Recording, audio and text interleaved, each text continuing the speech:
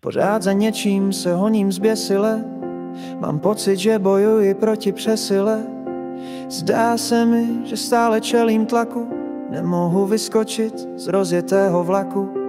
Sám na sebe mám velké nároky, k cílům však se jde malinkými kroky. Ptám se, proč má je tato cesta, ale je to tím, z jakého jsem těsta.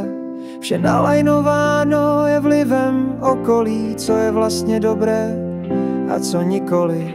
Jak žít správně podle vzoru, zasadit strom, splodit syna i dceru. Je mi asi přirozené žít, jak se čeká, nevybočit a plout korytem jako řeka. Já chci žít ten příběh ideální, ale je to často těžší, klame zdání.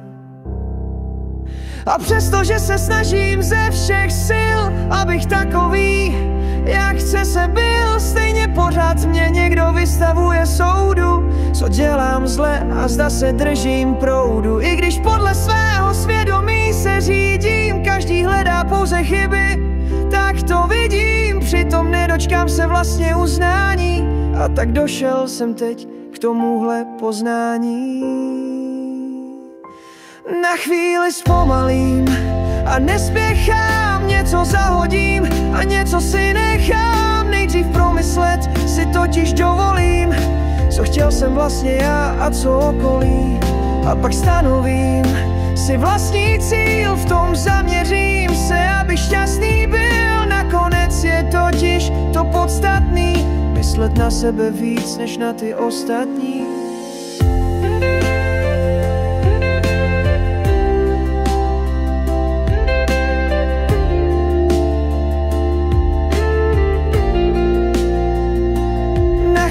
Zpomalím a nespěchám, něco zahodím a něco si nechám. Nejdřív promyslet si totiž dovolím, co chtěl jsem vlastně já a co okolí.